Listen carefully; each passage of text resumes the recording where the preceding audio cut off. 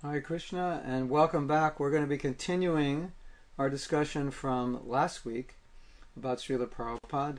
Srila Prabhupada, the Guru, and the Guru as a position, and Srila Prabhupada, the person, as distinguished from the, or distinct from the person, the position of Guru, and how they are separate and how they're interlaced. And tonight again we have Pancharatna with us, and he is going to be our main speaker.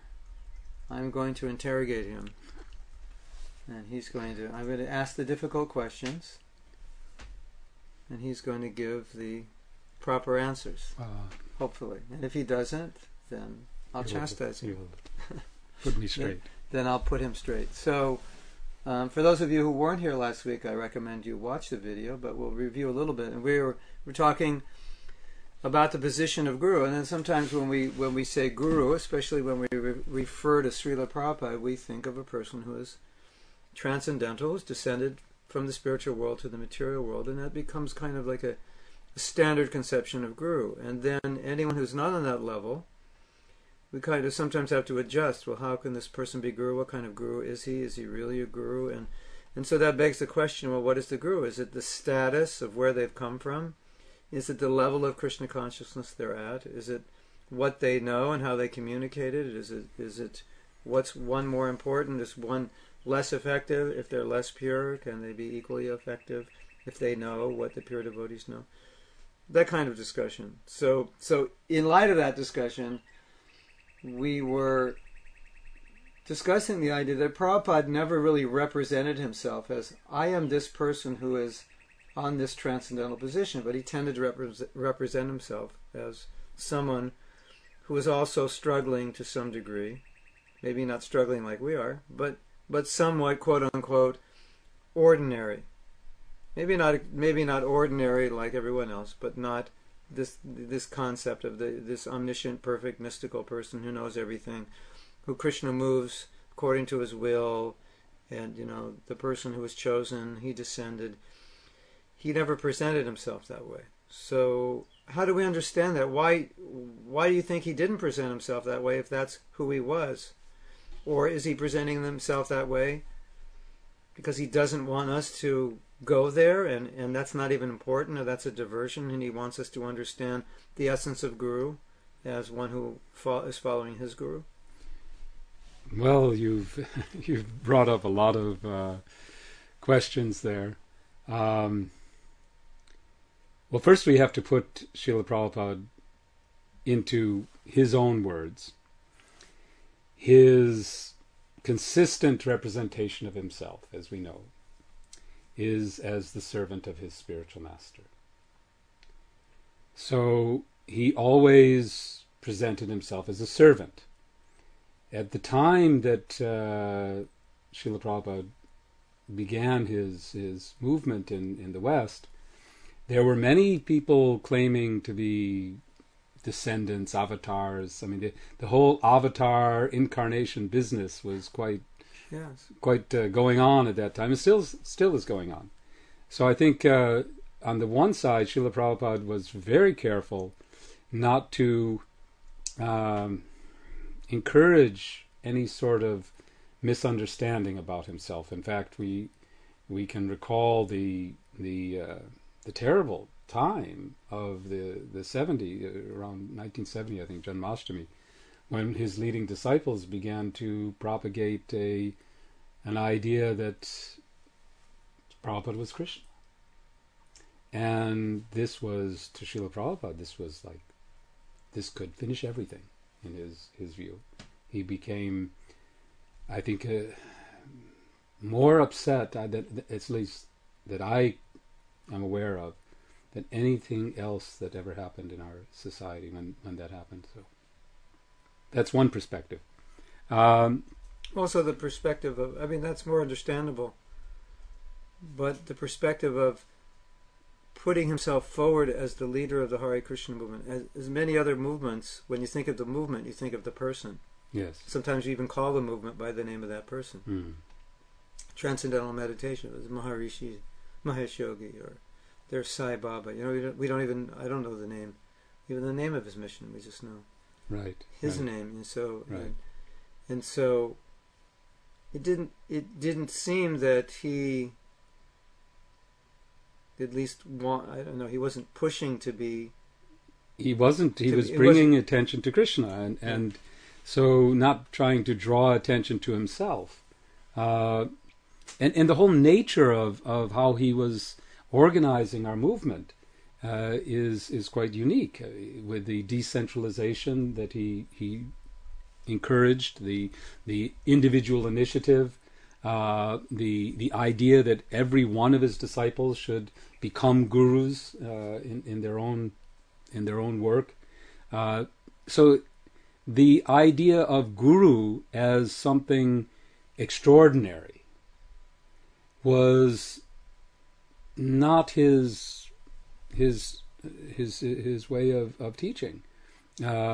He wanted us to understand that it's a simple business, in one sense, of simply delivering the message of Krishna as it is, and understanding that ultimately it's Krishna who is teaching us through Guru, through the Shastras, through the association of devotees, and in our hearts. So then it seems for some there may be a misconception that because guru means teacher. So Prabhupada Yes. said, if I know more than you, I'm your guru. But there's this idea of guru as being very special, and the idea that you're saying, all my disciples as gurus. If you define guru as teacher, okay, that makes sense. Yes. We're all being trained to teach. But generally we don't use the word guru as teacher in general, but we use it as more specifically as a very elevated soul, special soul, not everyone. So, and now you're saying, Prabhupada is saying everyone should be a guru, and that also kind of equates his disciples in a sense in the same league or same family in a certain sense. In one sense, but of course he also was very clear about his position as the founder Acharya of our society.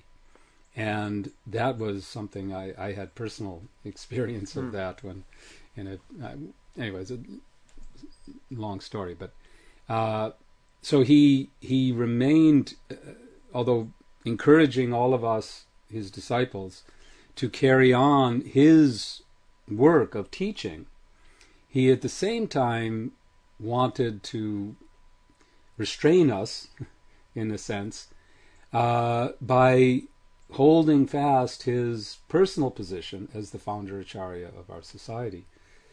And I think we also have to look a little bit about the qualities of devotees. Because on the one side we're talking about guru, but guru, it means a devotee. And in the realm of devotees, there are different levels of devotees. And we hear about the Uttam Adhikari, the Mahabhagavat devotee. So in addition to his role, his relationship as a guru to his disciples, he was also a extraordinarily advanced, is an extraordinarily advanced devotee. The kind of devotee that we see descending from the spiritual world. So it's not uncalled for to think of him as that kind of person. Why was it that he never called attention to that, or felt it was necessary for us to relate with him in any other way than as a disciple should relate to a guru of any well, level it's of not just. Even for Mahaprabhu, only in a few very extraordinary situations did he reveal his personality of Godhead. So, I've heard. But he was, of course, playing the role of a devotee. Yes, and I have heard of some intimate situations in which Srila Prabhupada let his guard down, you could say, and gave us some, or gave those who were with him at the time, some feeling that yes, he has. There's something very, very extraordinary going on here. It's not the ordinary course of affairs of guru initiates disciple, disciple learns the teaching and goes on to teach others. Okay, I have another question about this. What Prabhupada did was unprecedented, and so Yes. because he did that, there seems to be the idea that he's the most qualified guru, and others were unable to do that. So is that true or not true, and how is it true, and how if it's I don't not know true? about qualified guru. Or- I mean, guru is, what is guru? Guru is one who teaches you the science of Krishna, who engages you in devotional service.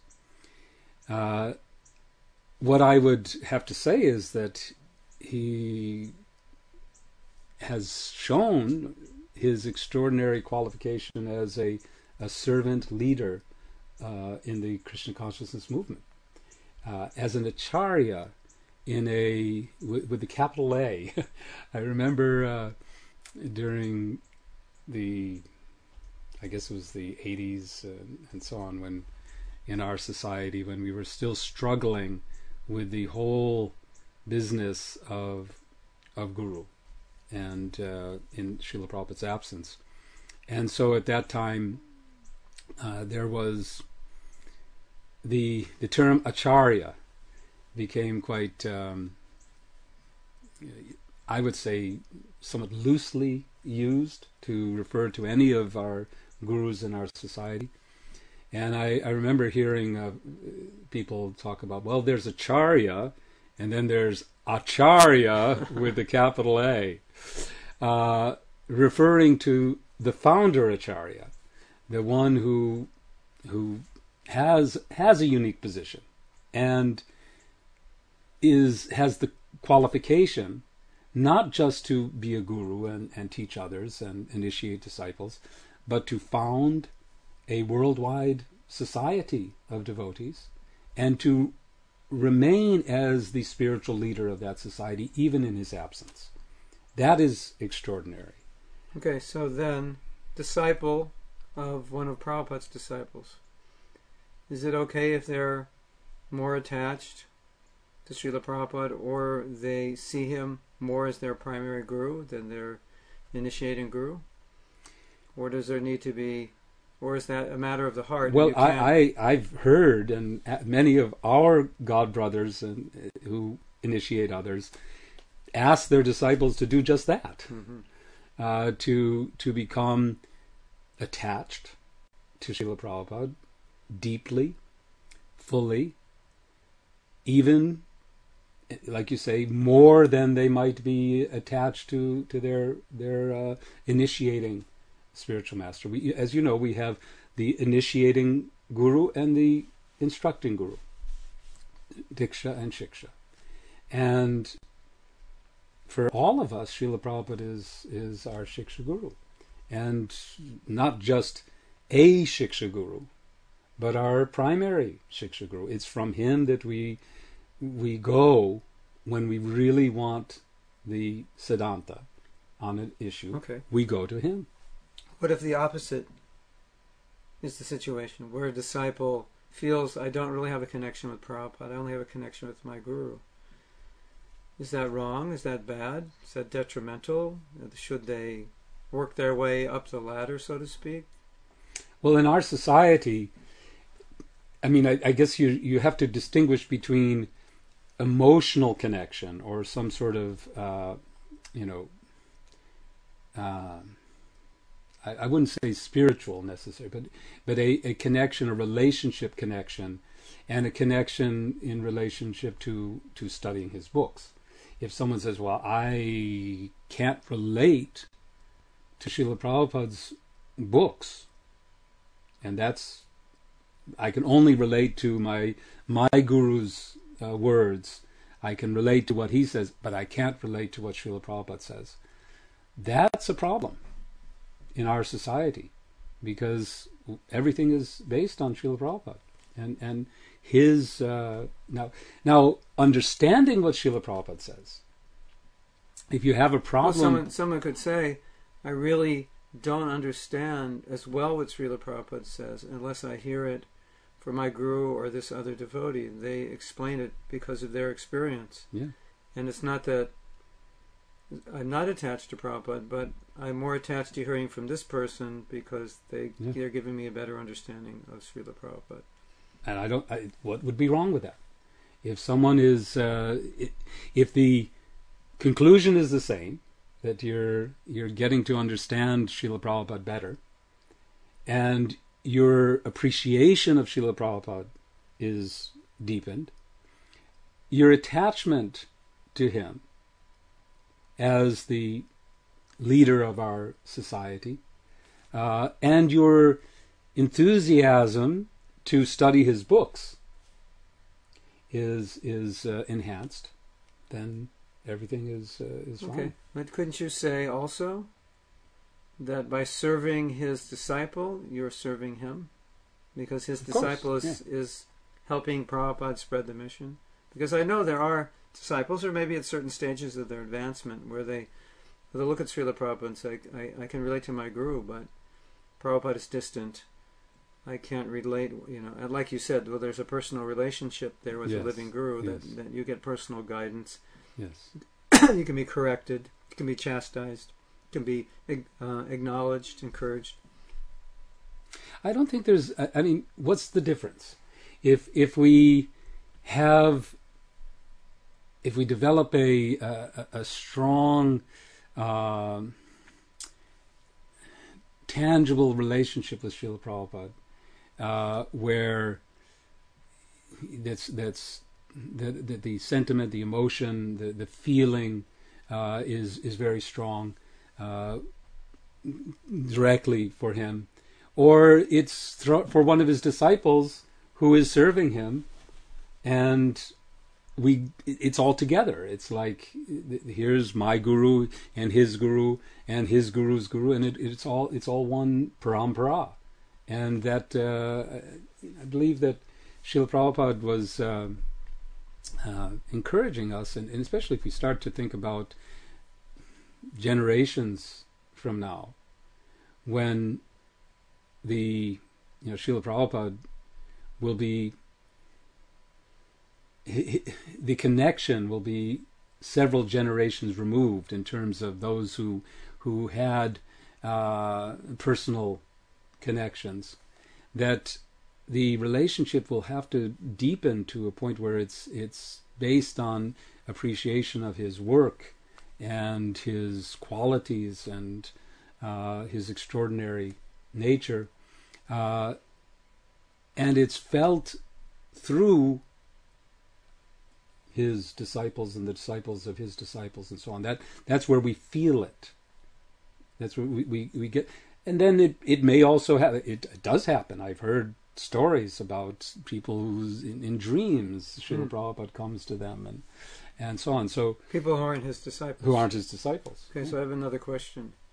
Sometimes it may happen, not that it may happen, it does happen, that someone has a Siksha Guru or a Diksha Guru, and that Diksha or Siksha Guru says something to them that appears to be different from what Prabhupada said. It's either the way they're interpreting what Prabhupada said, or it seems to be their own idea, like a major twist on it. How does a disciple deal with that? I mean, should they defer to their understanding what Prabhupada said? Should they just accept that my guru has a different opinion and he has the right to that opinion, but it doesn't seem to be what Prabhupada wanted? Should they approach their guru and tell them, I don't think this is an agreement with Prabhupada? Should they think, I misunderstand and it is an agreement and I don't have the capacity or intelligence to understand? Well, I would say more specifically, if other people also disagree with what that guru is saying, and you're not just feeling it's my subjective view, but other people are disagreeing. Yes. How, as a disciple, does one deal with that? Yeah. Because we have this idea of, absolute faith in guru, absolute trust. Whatever the guru says is, I have to take it as my life and soul. This comes into the realm of the the way we interpret both Srila Prabhupada and our individual teachers. Srila Prabhupada, and we hear it very often, and it is sadhu, shastra, guru, that we have a process of interpretation based on sadhu, shastra, and guru. Now, in that... But doesn't one could say, but that could appear to be offensive, because now I'm taking the instruction of my guru and I'm holding it up to the light of shastra and sadhu. So therefore, it would look like I'm doubting what he said, or I'm not sure what he said. Or you're not understanding it and you're confused. Oh, that would be different. Confused? Not, yes. But as checks and balances. If you're doubting, then you have an issue. You have a situation. You have a guru. Your guru is telling you something, and you're hearing from another advanced devotee something different. You're studying yourself. You're coming to some sort of a different conclusion. Where do you stand? This comes back, I guess, to a little bit to where we were in our last session, where we talked about Srila Prabhupada's disciples entering into argumentation with Srila Prabhupada, debating with him. In this type of situation, you have several options. One is to enter into a debate. It's not offensive. As long as the guru doesn't think it is. As long as the guru doesn't think it is. As long as he's open. If he's open to it, or he's open to discussion, then you're on safe ground. And if he isn't? If he isn't, then you have, as out of etiquette, out of your relationship with the guru, there is a need to defer in terms of how you represent that topic in your. You'd have to recognize, at least give reference to. Well, according to my guru, this is like this. I don't understand it in this way, and I've heard other things, and I leave it up to you. So you get into a very delicate situation when it comes to it. Unfortunately, I don't find myself in that situation. Well, you have this. It's said that the Siksha Guru should always be supporting the instructions of the Diksha Guru. Yeah. But it seems in this case, the Diksha Guru should be supporting the instructions of our Supreme Siksha Guru. But who's to say he isn't? Yeah. In terms of his understanding, we have to assume that he simply has interpreted those instructions in a way that someone else has not. Now we have apparently a difference here. When we heard Prabhupada say, "You understand Srila Bhaktisiddhanta through me, not directly," or at least when we were younger devotees, he said, "You won't understand. You go through me." But after Prabhupada's disappearance, it seemed to be not the same. That you can go directly to Srila Prabhupada, read his books. There's apparently no necessity of guru per se to help you understand. I mean, it may help you, yes, but not necessarily do you need that help. Or is that true? Are things different? Or would it be weird to say, no, you can't understand Prabhupada's books unless you go through me, I'm your guru? Or is there some gray area in between, or is it individual? Here's an area I think we have to recognize there are different opinions. My personal opinion, based on Srila Prabhupada's statements about his books, statements about himself, that I will live forever in my books and so on, indicate that he believed and encouraged the generations to follow to have a direct relationship with him through his literature, through his writings. Not that they would need to have an intermediate in order to understand him. His effort was such that he really wrote and spoke and worked in such a way to present Krishna consciousness for generations and generations to come in simpler terms and more relatable and easier ways to understand. And he created a society to carry that on. At the same time, he expected his disciples to continue teaching what he taught. So, and to assist others in understanding what he's presented. So, no, I don't think that he wanted the members of our society to feel distant in that way, and that they would need an intermediate. And it's also not a fact. I mean, how many of our members today derive their primary, they have a very direct relationship with Srila Prabhupada. They read his books. His books, we know in our days, we had the Brahma Samhita. That's it. We didn't have from Bhakti commentary, or Jiva Goswami's commentary. The Bhakti Siddhanta presented. Yeah. We didn't have anything else.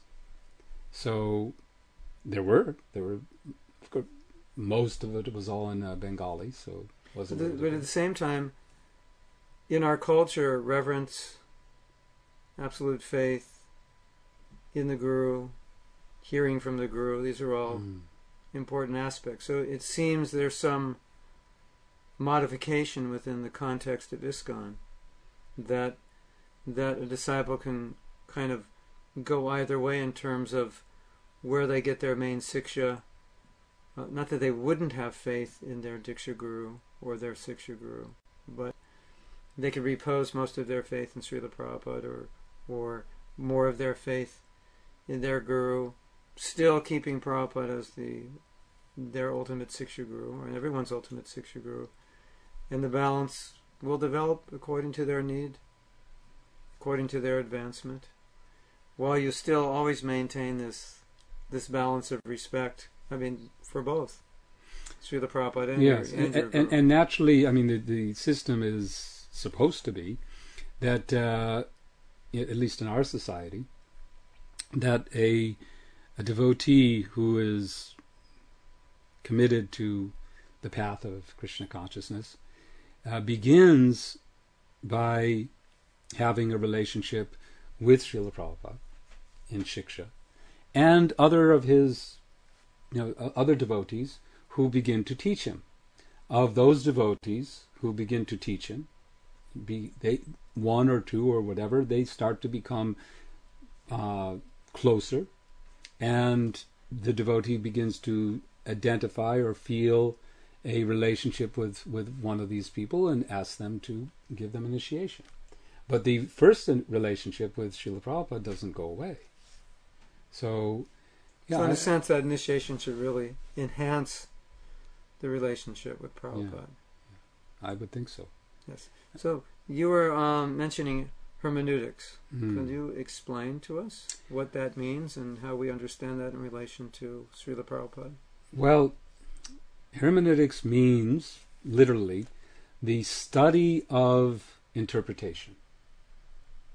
So it's not interpretation, it's the study of interpretation. So it's an academic field, but it involves looking at how we interpret the acharyas, how we interpret Srila Prabhupada. What is the way that we do it? Through what lens? Through what? Yes, there are different in hermeneutics. There are different schools of thought. There's what you would call, I think it's called the Romantic school, which is that you basically you look at the words of a teacher, or a scripture in its context. You take the context of the teaching. You take the broad. You don't isolate it. You don't separate it out from what it's connected to understand it. And that's basically was the attempt of many classical philosophers, theologians, and so on, to interpret the Bible, etc. In more recent years, different philosophers and theologians and so on have developed other approaches to interpretation, including just the text is the text, and it stands on its own. Reading the text through the environment of today and interpreting it, sort of updating the interpretation to fit today's times, and then putting your own. Then there's the problem of what you're putting into it, looking at your own bias and your own conditioning when you read something, how you're taking it. So looking at that aspect. So there's many different. Is there a conclusion? There's no absolute objectivity. Well, anyway, there's always interpretation. How does this relate to how devotees or scholars or people in general will view Srila Prabhupada, or at least how should we be aware of that as devotees? Should we be aware that this is how people will see Prabhupada, or is that going to harm our faith? I think we ourselves need to look at and develop our own theory of, or you could say, understand the Vedic or Shastric theory of interpretation. How do we interpret a text? Looking at the acharyas, looking at to see how they approached the scriptures, looking at how they dealt with different things and how they interpreted and how they brought the scripture from, whether it is the Gita or the Puranas or whatever, how they brought those scriptures into the present time. Now, in our situation with Srila Prabhupada, it's how do we bring Srila Prabhupada from where, from the time that he was speaking and into our present time. How do we, because our lens is, like you say, our way of understanding things has changed in because of our experiences and so on in the world as it is today. So how do we see things as they are? That we need to look at it. We need to look at just the process of contextual. How do we put things into context? How do we deal with? Well, let's talk about that. The context that Prabhupada came in of society 45 years ago, whatever it was, is different than society today. Yes. So then one could argue, if he were alive today, he would not be doing the things that he did then because society is different. Or one could argue he would do the same things because these are absolute principles and absolute teachings, and it depends on the purity of the person and the message. So how do we address that? Is there validity to both, or either one, or one holds more weight, or one doesn't? Well, in hermeneutics, one thing that is, I think, applicable here is to see the subject through the author.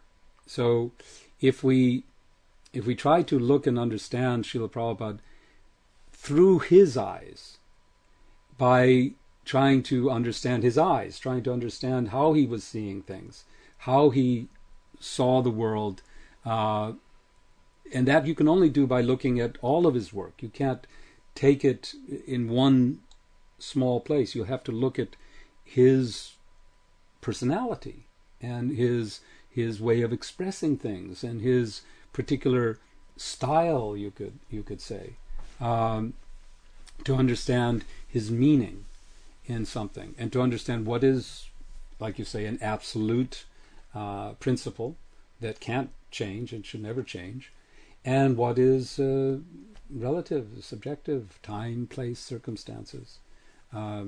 This can be very controversial. Of course. And so some people will tend to err on the side of being conservative and saying, well, possibly he would have changed, but we're safer if we don't. And then, and the other side will be, you belong in an antique shop if you don't change, because the world is changing and you're not relevant. And you have to look at Srila Prabhupada himself. What would he want? Ultimately, it boils down to in my view, the intention, the meaning, the desire of the, in this case, the author or the source, the acharya. Is he's our acharya, we have to understand his desire. Our goal is to fulfill that mission. If we say, well, it's too difficult and we can't, we're faced with a situation which appears to warrant some adjustment. For example, I'll give you the inclusion of ladies on our governing body commission. This is something that did not take place during Srila Prabhupada's time. We have different statements that Srila Prabhupada has made about the role of women, etc. Now, we're faced with a situation, contemporary situation, in which we have very qualified ladies, devotees, Vaishnavis. We have needs where there's a real need. The most qualified person for the job happens to be a lady. So where's the principle? What do we do here? We have a number of different statements of Srila Prabhupada. We can't ask him directly. So we have to go through his work. We have to see various situations. We have to bring out and bring forth our best understanding of what he wants and desires, and by use of our intelligence. I think it's, one of the things I do, which I think is really a good caution for all of us, is if we're interpreting, if we need to interpret something because it's a confusing situation, we make a decision. Hopefully, we'll make a decision with other devotees, and then we just look at it. And we have to be detached enough to look at it and say, okay, we've made this decision. It's possible this is not the correct decision. Instead of coming in, well, I've made the decision. I know this is right. Krishna's revealed it to me. I've studied Shastra. I've thought about it. I've read about it. I've taught about it. I know I'm right. I think that can be a little dangerous. We may naturally feel that way. We may be getting that inspiration from within. We may be illusioned also. So it's always good to be a little detached and say, okay, maybe let's see if this is working according to what I understand Krishna conscious symptoms to be, if I'm doing something which is in line with our teaching. And I think it's important, though, to also distinguish that I would say 99% of these issues that we speak of are not inherently philosophical issues. They have to do with practice. They have to do with the application of our philosophy in practical life. When it is a real philosophical issue, then we have to be even more careful. When it's something that's practical application, like you say, we make a decision, but we remain open to changing or making some other acknowledging that we may have been wrong. We're careful not to change, to think many times before making changes. These are all qualities that I think Srila Prabhupada wanted us to use in our mission. But when it comes to a point of philosophy, of how we interpret the Gita and Srila Prabhupada's Krishna's statements in the Gita and Srila Prabhupada's purports, then we have to really, really be very, very careful. But here's a problem. Yeah. Prabhupada said something, and we go to previous acharyas. Our tradition appears to be that something else has been said. And so then we begin to think, perhaps Prabhupada just said this for us, because he wanted us to see it or understand it in a particular way. But it's not actually the way it's to be understood, but we can't understand it any other way for whatever reason. Now someone could say, well, that's your interpretation. Yes. And it's very clear what Prabhupada said. He just accept he said it because it's true. Yes. How do we deal with a situation in which it's confusing because so many of the past acharyas may not have said it exactly in the same way, or have apparently disagreed? Yes, and Srila Prabhupada acknowledges this, that there are some details, not in big principles, but in details, where acharyas disagree. And we have to accept somehow that there are two different positions here. Okay, so for a disciple, one would say, well, as a disciple, I should accept what my spiritual master said is true, rather than saying he said something just to pacify us, or because we couldn't understand and any other way. Now, someone else might say, no, you should see that way, because then you're understanding the mind of the Guru or the intention of the Guru. As you say, you should understand why he does it. And it would seem that that is a choice that is very heavy and would need to be made. Of course, the safe choice is to accept the just as you understand it now, and just say, well, this is my Guru's interpretation. That's the best for me. He's my Guru. He's giving me this interpretation. I don't have the intelligence, the learning, the study, the spiritual advancement to come to my own conclusion on this. Let me accept what my Guru says as it is. That's safe. Now, if all around you there are others who say, no, this is, you're not getting the point here, you're not really understanding properly, then it's still safe. It's to just stay with where you're comfortable. It's always safe to accept the understanding that is most obvious. Now, if there's, particularly if the other thing is to say, well, the words are not what they are saying. That these are words meant for someone else, not for you. I believe this is the case with some of Bhaktivinoda Thakur's writing, where he talks about the Bhagavad, talks about various hellish planets and things like this, in a way that represents the philosophy as allegorical. And doing that from one point of view, one school of thought, is that he's saying this because he's addressing an audience that would not be able to digest anything else.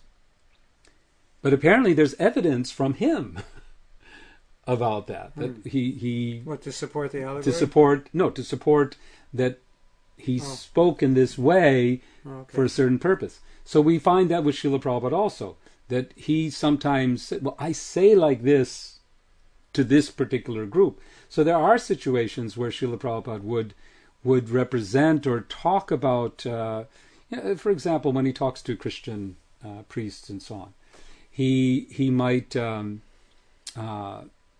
downplay certain aspects of the theology of Vaishnavism to focus in on the main point he's trying to represent. So it's again taking things in their context. And those are, to do this, to do what you're speaking of, to be able to understand the mood and intention in some situation which seems to be contradictory or doesn't fit other places. This is an area where the theory of interpretation and how the practice of interpretation comes into play, and it's a complicated process, and it can be very simple, but it can be also very, how you should say, time consuming in a sense, to go through and look at everything and study it from different points of view, and to discuss it with other devotees and try to just come in a group towards your best conclusions. And also to recognize sometimes you're not studying it. You've already made up your opinion, and you're only studying it to support your opinion, and you don't even realize you're doing that. Yeah. There's a difference. Yeah. I want to see if there's some discussion here. So, what's going on out there? Let's see.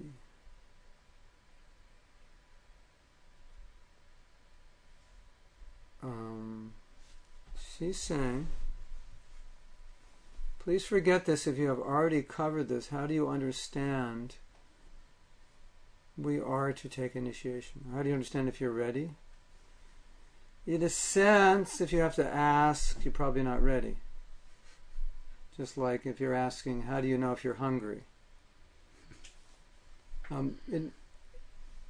If you are, here's a, I think it's an important point we can discuss here, that in our movement there's this whole concept of you have to take initiation because that's what the Shastra says. So there's some pressure there to find a guru and take initiation. Kind of like maybe in certain cultures, if you're a young girl, there's pressure to get married. There's women after a certain age, if they're not married, they're looked down upon. So maybe you haven't found a man, but you're desperately trying to find one just because you need to be accepted. So initiation is not like that. What I think is more important and most important is that when someone wants to develop Krishna consciousness, if there's someone that they're connected to that can help them, that's what's important. And when that can, because a lot of people are not ready for initiation and they don't look for the connection of somebody because they think, well, why should I be connected? I'm not ready. Yeah. Or perhaps I'll never be connected. Yeah. Yeah. So, I personally, for example, I help many devotees, and I see that they need a connection with someone that they can go to and ask questions, and someone who can encourage them and sort things out for them. So we have this connection, and it helps them tremendously. They may see me as Siksha Guru, they may see me as a friend, whatever, but there's a connection there. So then everybody needs that on some level.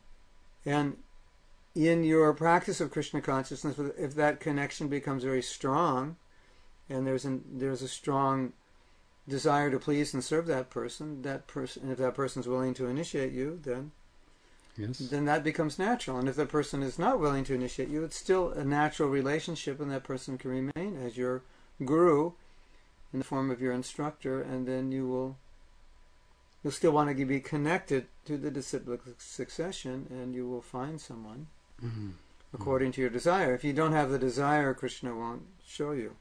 So all our service should go through somebody. Of course, you could say, well, it's going through Prabhupada, I'm connected with Prabhupada. That's true. But still, Prabhupada's not going to chastise you unless you're very special and he comes in dreams and chastises you. I don't know. So she's also addressing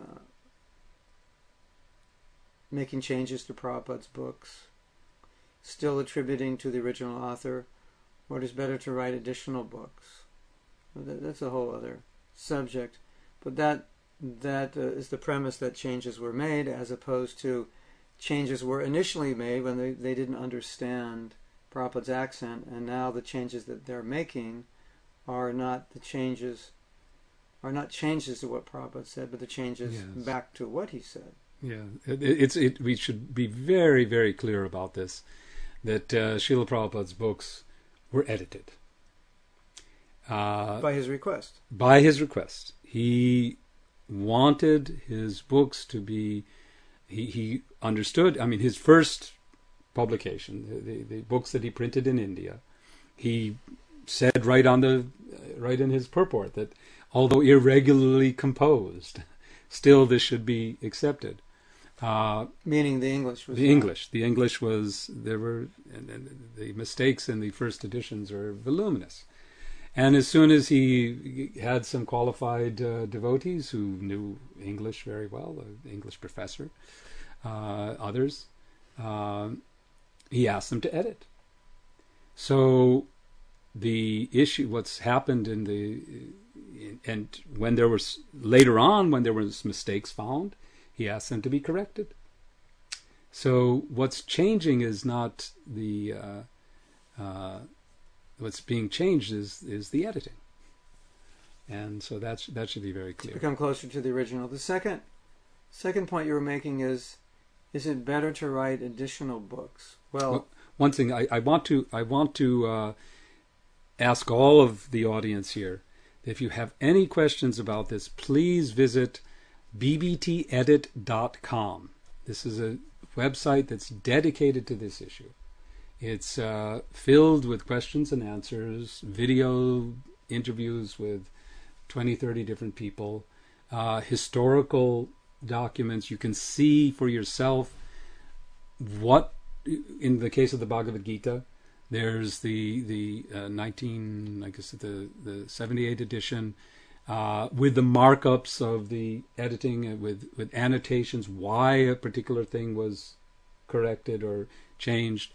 So it is well worth your while if you're confused or interested or concerned about this question to visit that site. And if you still have questions, then on the site there's a place to click and ask more questions. Well, I think one of the concerns for some people is that Prabhupada didn't want this done, and this was done in an unauthorized way.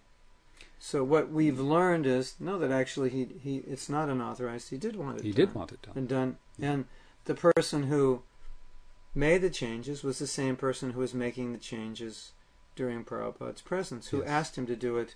He wouldn't have done it if he wasn't asked. Yes. So it was a service. Now your second question relates to your first question. So the second question relating, you're saying, well, is it better to leave them as they are and then just write additional books? Well, we've discussed the first part, but writing additional books to explain Prabhupada's books is a tradition that's always done, and even you'll find those who write the books write commentaries on their own books. Right. What to speak of others writing commentaries. So that's a tradition. Commentaries are written, and Prabhupada wanted us to write, and writing our own books, it's not a crime. And Prabhupada said that sannyasis should write books. That's their service. It's one of their services anyway.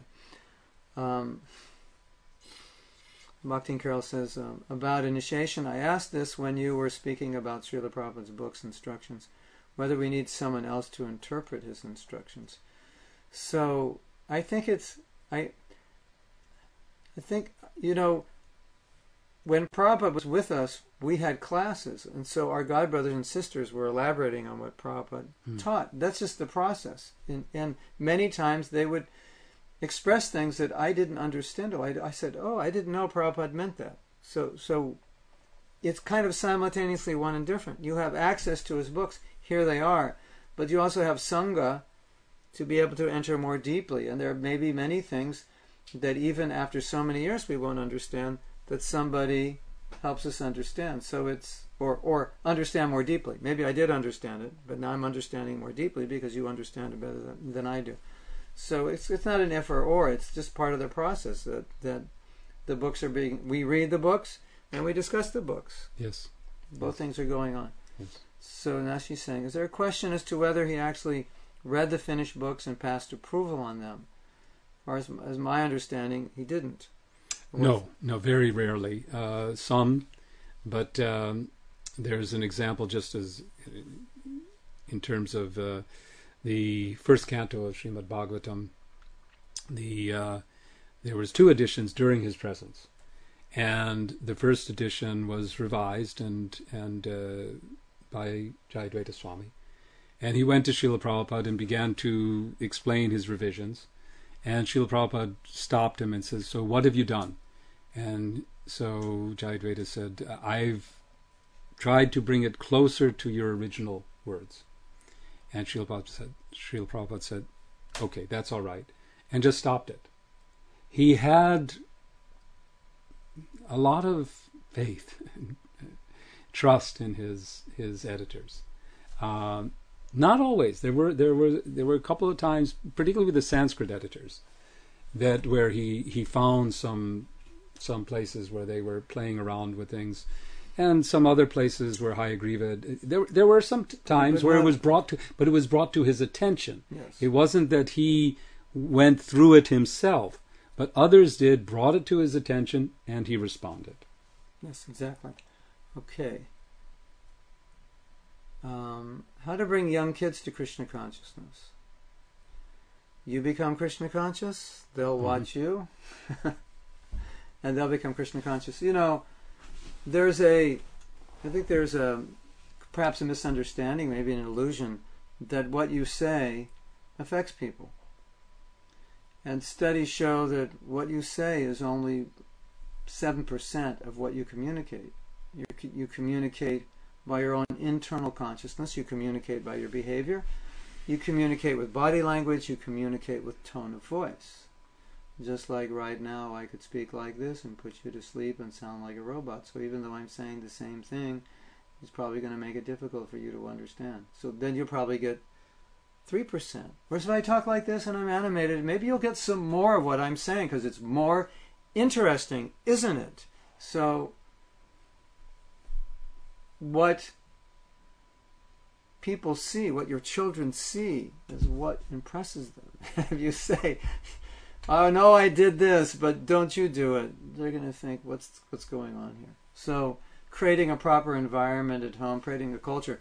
I don't know if you've ever heard, they have stories where children were lost, or somehow or other they were raised by apes. I don't know exactly how it happened, but studies in anthropology where they found the child was abandoned or in some way lost, and he was raised by apes or gorillas, and he became socialized. So he was fundamentally, basically, thinking and acting like a gorilla. And when he was finally found, it took years and years and years to humanize him. So our culture is created by who? By us. And the culture that your kids are raised in is what's going to mold them. And the problem is, if you live in the West, or it doesn't even matter now, if you live in India, anywhere, the culture is becoming more and more materialistic. And the more we allow our children to interface with that culture, the more they're going to be affected by it. So at least at home, there has to be a very Krishna conscious culture. And that's where they get. I mean, I had an experience. I was just in Delhi. I was in India, and I was leaving from Delhi, and a friend of mine's son was in Delhi, and I didn't know it was him until he introduced himself. And he is living in Mauritius, which is a island that was taken over by the French. So in Mauritius, Creole, which is kind of a broken French, is the main language. So they speak with a French accent. But they also speak English, and they go to schools with English. But because Creole is the predominant language, they speak with a French accent, which is kind of awkward if you've never met an Indian who has a French accent. It throws you off for a while. But anyway, so this young man came and introduced himself. He said, "Do you remember me? I'm so-and-so." I said, "I don't remember you because the last time I saw you, you were 6 years old." But in any case, his father is Mauritian and his mother is British. And he has a completely British accent. Because now his parents are divorced, he's living with his mother. And I thought it was very interesting. There's no trace of a French accent in his voice because he's with his mother, who's British. So the strongest influence is at home. because all his friends have this accent. Everyone in the school has the accent. Everyone he meets in the whole entire country has the accent. But his mother has a British accent, so he has one. So, it just goes to show. So I think we should end here. I hope we didn't confuse you too much. I hope this may have broadened your vision. That Guru, as Prabhupada said, Guru means one who's representing his Guru. Guru means one who is teaching what his Guru has taught, is following the instructions of his Guru, who's initiated by a Guru, who's continuing the disciplic succession through his instructions and his behavior. That's the meaning of Guru. And there are different Gurus on different levels. Some are conditioned souls who are becoming pure. Some are conditioned souls who've become pure. Some are liberated souls who were never conditioned. But their function is the same, to bring people back to Krishna. And Gurus do it together. It's not only one. It's not just Prabhupada. It's not just your Guru. It's Sangha. It's everyone together. It's a society. We're all helping one another. We need all of us to function. So Pancharatna is going to have the closing words here. Hare Krishna. That's it.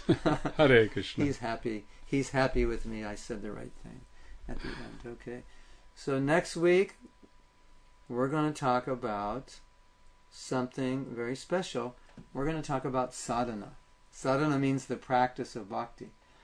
And one of the reasons we're going to talk about sadhana is because in 3 weeks from now, Easter weekend, we're having a sadhana retreat about an hour from Alachua, Florida. That's April 22nd, 23rd, and 24th. And Pancharatna and I will be there, along with Mother Lakshmi Moni and Badahari. And we're going to go away at a retreat center for a whole weekend. And we're going to associate with one another. We're going to get up early in the morning. We're going to chant together. We're going to have programs together and classes and workshops all day. And have kirtan in the evening and very nice prasadam. We're going to have a weekend where we can focus on our sadhana and our practice. A real transcendental vacation. And the idea for this came from my many experiences of doing japa workshops, where I realized that the real thing that was going on during the workshop was the association. It was just devotees coming together. And magic happens when devotees come together. And so much is realized, and so many problems are solved in that sangha. So, if you would like to come, and I encourage you to come, I'd like to see all of you there. It's going to be a wonderful weekend, a weekend you will never forget. You go to bhaktilife.org. Very easy to remember, bhaktilife.org. And on the home page there, you will see a button to click under the sadhana retreat, and it will give you all the information you need. Or, if you want to talk to a live person, you can call 4 Bhakti Yog. Bhakti and the word Y-O-G. 4 Bhakti Yog. Or you can call, what's the other one? We have another one. Just to make it easy for you. What's the other one? We forgot the other 352-327-8108.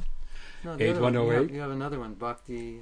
Oh, yes, we also have Bhakti 108. 4 Bhakti 108. 4 Bhakti 108. Yeah.